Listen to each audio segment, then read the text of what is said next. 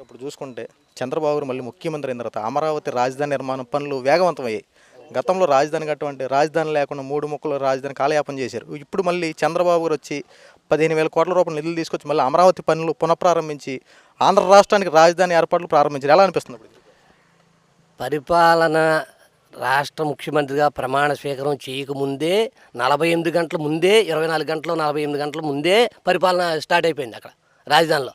Already మిస్టర్లు నెలతో చెట్లు పీకేయటం, చంద్రబాబు గారు అయితే ఊరుకోరు ఇదంతా అడివి అయిపోయింది అని చెప్పి అధికారులు ఈయన సీఎంగా ప్రమాణ స్వీకారం చేయకముందే స్టార్ట్ అయిపోయింది.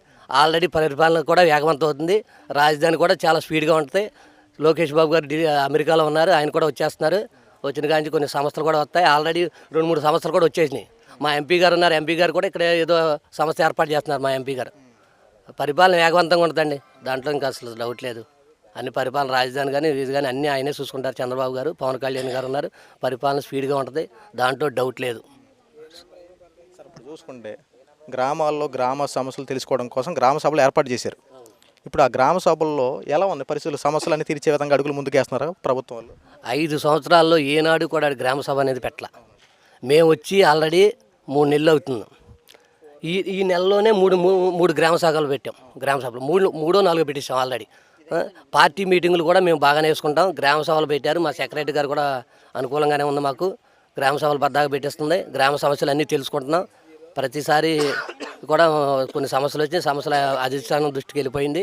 ఆ పరిష్కార మార్గంగానే ఆల్రెడీ వాటర్ బెడ్లు పోయినాయి అన్నాం. బెడ్లు ఎమ్మెల్యే గారు పిలిపించారు, ఇసుక ఇచ్చేశారు.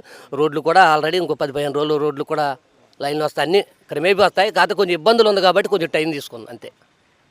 ప్రస్తుతం మొత్తం గ్రామాల మీద దృష్టి పెట్టారు. ఎందుకంటే రోడ్లు కానీ మొత్తం పారిశుద్ధ్య పనులే కానీ డ్రైనేజీ వ్యవస్థ మొత్తం శుభ్రపరిచేలా 4,500 కోట్లు శాంక్షన్ చేశారు. అంటే గ్రామ అభివృద్ధి పనుల కోసం. ఎలా అనిపించింది సార్ ఇది? ఇంత ఆర్థిక ఇబ్బందుల్లో ఉన్నా సరే ముందు తక్షణం రోడ్లు, మంచినీళ్ళు, ఈ ఇబ్బందులు తాత్కాలికంగా ఈ 4,500 కోట్లు 4,600 కోట్లు శాంక్షన్ చేశారు. అయితే ఆ పనులు కూడా వేగవంతం చేశారు. నైట్లు కూడా చేసేస్తున్నారు. రాత్రి పాల కూడా రోడ్లు కనీసం ఏమండి బండేసుకు వెళ్తుంటే ఏ విధంగా వెళ్ళేవాళ్ళం, ఏ విధంగా నడిచేవాళ్ళం. రోడ్లు భయంకరంగా ఆ కైకులూరు రోడ్డు వెళ్తే మయాన ఆర్టీసీ బస్సే దిగడిపోయింది. 3 రోజులు ఉండిపోయింది. అలా అన్నీ పూడ్చుకొస్తున్నారు. మాకు చాలా సంతోషంగానే ఉంది. ముఖ్యమంత్రి చంద్రబాబు నాయుడు గారు అమరావతి మీద పూర్తిగా దృష్టి పెట్టారు అనడంలో ఎటువంటి సందేహం లేదు. ఎందుకంటే రాష్ట్రానికి రాజధాని అనేది చాలా ఇంపార్టెంట్. ఇప్పుడు నా పేరుకి మన ఇంటి పేరు, చిరునామా ఇవన్నీ ఎలాగో రాష్ట్రానికి కూడా రాజధాని అనేది అంతే ఇంపార్టెంట్. మన పేరుకి ఇంటి పేరుతో సంబోధించి పలానా ఓడర్ అని చెప్పి మన గుర్తింపు ఎలా వస్తుందో రాష్ట్రానికి కూడా రాజధాని ఉంటేనే రాష్ట్రానికి గుర్తింపు అనేది వస్తుంది.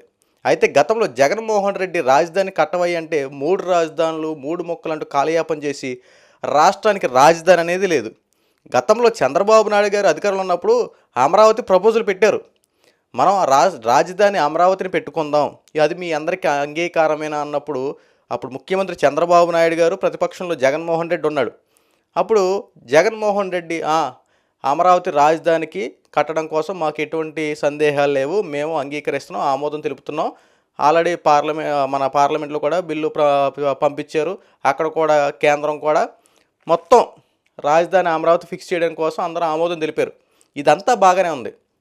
దీనికోసం చంద్రబాబు నాయుడు గారు రైతుల దగ్గర ఒప్పించి వాళ్ళ భూములు అమరావతి రాజధాని కోసం ఇవ్వాలని చెప్పి అందరిని వేడుకుంటే వాళ్ళు ఖచ్చితంగా భూములు ఇవ్వడానికి అందరూ అంగీకారం తెలిపారు. ఇది పెద్ద రచ్చ చేశారు జగన్మోహన్ రెడ్డి గారు. ఏంటంటే భూములు బలంగా లాగేసుకున్నారు, ఖచ్చితంగా దౌర్జన్యంగా అరాచకాలు చేస్తూ లాగేసుకున్నారంటూ కొంతమంది మాట్లాడుతున్నారు. జగన్మోహన్ రెడ్డి రేస్ చేసినటువంటి వాయిస్ని ఈ పేటీఎం బ్యాచ్ వాళ్ళు వాళ్ళ యొక్క న్యూస్ ఛానల్లో విపరీతంగా స్క్రోల్ చేశారు. ఎందుకంటే ప్రభుత్వం భయపెట్టి భూములు లాక్కుంది రాజధాని కోసం అంటూ పెద్ద రచ్చలే లేపారు అప్పుడు. అయితే వాళ్ళందరూ స్వచ్ఛందంగా ఇచ్చారో లేకపోతే ఎలాగ ఇచ్చారో, దానికి ఎంత రేటు కట్టి ఆ రేటు ఇచ్చారో అవన్నీ మనం స్వయంగా మనకు తెలుసు. లేదంటే అమరావతి రైతులు అంత దారుణాలు చేయరు కదా జగన్మోహన్ రెడ్డి హయాంలో. అయితే ఈ చంద్రబాబు నాయుడు గారు ఏదైతే అమరావతి ప్రపోజల్ ప్రారంభించారో, కానీ జగన్మోహన్ రెడ్డి ఆ ప్రపోజల్ని అప్పుడు ఒప్పుకున్న తర్వాత అధికారంలోకి వచ్చిన తర్వాత 3 రాజధానులు అంటూ మొత్తం కాలయాపన చేశాడు. 5 సంవత్సరాలు అమరావతి ఒక చోట అంటాడు, వైజాగ్లో ఒకటి అంటాడు, కర్నూలులో ఒకటి అంటాడు. అలాగా 3 చోట్ల ఉంటే ఆంధ్ర రాష్ట్రాన్ని సులభంగా అభివృద్ధి చేసుకోవచ్చు అంటాడు. అయినా జగన్మోహన్ రెడ్డికి 3 రాజధానుల ఐడియా వెనక రహస్యం ఏంటో క్లారిటీగా చెప్తా. బెంగళూరు ఉంది. ఆ బెంగళూరుకి ఒక 3 రాజధానులు ఉన్నాయనుకోండి. ఆ 3 రాజధానులు ఉంటే వాళ్ళ యొక్క మౌలిక వసతులేంటి? వాళ్ళకి సంపద ఎలా సృష్టిస్తూ ఉన్నారు? వాళ్ళకి రాబడి ఎంతుంది? ఆ రాష్ట్రానికి రాబడి ఎంతుంది? అక్కడ ఉన్నటువంటి వనరులేంటి? వాళ్ళకి ఈ 3 క్యాపిటల్స్ ఉండడానికి అక్కడ ఉన్నటువంటి మౌలిక వసతులేంటి? వాళ్ళకి రాబడి ఎలా ఉంటుంది? వాళ్ళ సంపదను ఎలా సృష్టించుకోగలుగుతున్నారు? దాన్ని ఎలా ఖర్చు పెడుతున్నారు? ప్రజల దగ్గర నుంచి వాళ్ళు ఏ రకంగా తీసుకుంటున్నారు? మళ్ళీ ప్రజలకు ఏ రకంగా పరిపాలన అందిస్తున్నారు? వాళ్ళకంటూ ఒక క్లియరెన్స్ ఐడెంటిఫికేషన్ ఉంది. వాళ్ళకి ఆ అమౌంట్ అనేది నీడ్ అనేది కరెక్ట్గా సరిపోతూ ఉంది. ఇక్కడ ఆంధ్ర రాష్ట్రంలో కొన్ని పరిమితులు ఉన్నాయి. ఎందుకంటే రాష్ట్రానికి రాజధాని అనేది అసలు లేదు.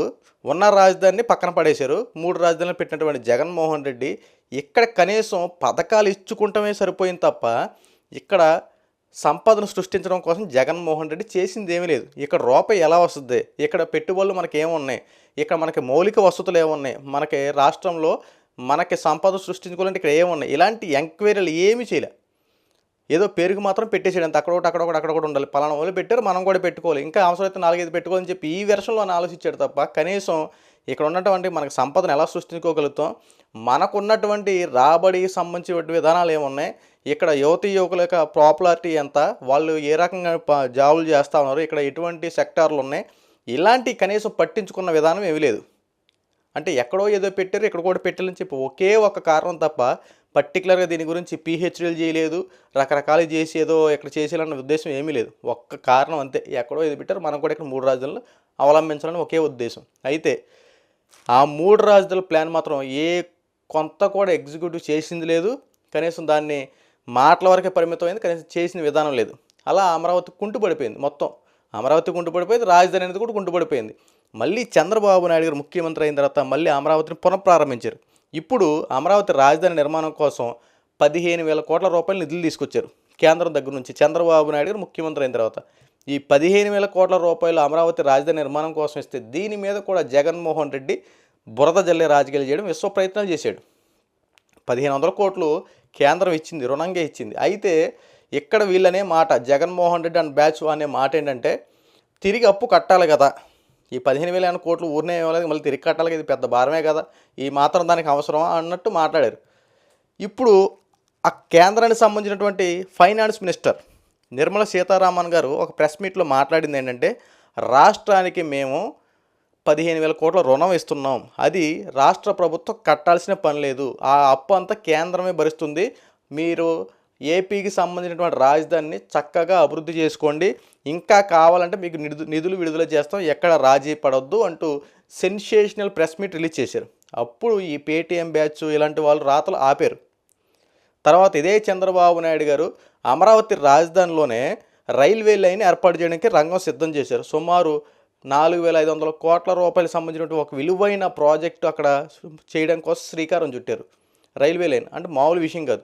అంటే అమరావతి రాజధాని కనుక ఏర్పడితే ఇక్కడ పరిశ్రమలు పెట్టడానికి పెట్టుబడిదారులు అనేక మంది వస్తారు మనకి. ఎందుకంటే రాజధాని ఉందనుకో, ఇక్కడ పరిశ్రమలు పెట్టడానికి అనేక మంది ఇక్కడికి వస్తారు, మన యువకులు ఉద్యోగ అవకాశాలు వచ్చి ఉంటాయి. కనీసం గత 5 సంవత్సరాలు జగన్మోహన్ రెడ్డి ఈ వెర్షన్లు ఆలోచించిన విధానం అంటూ లేదు.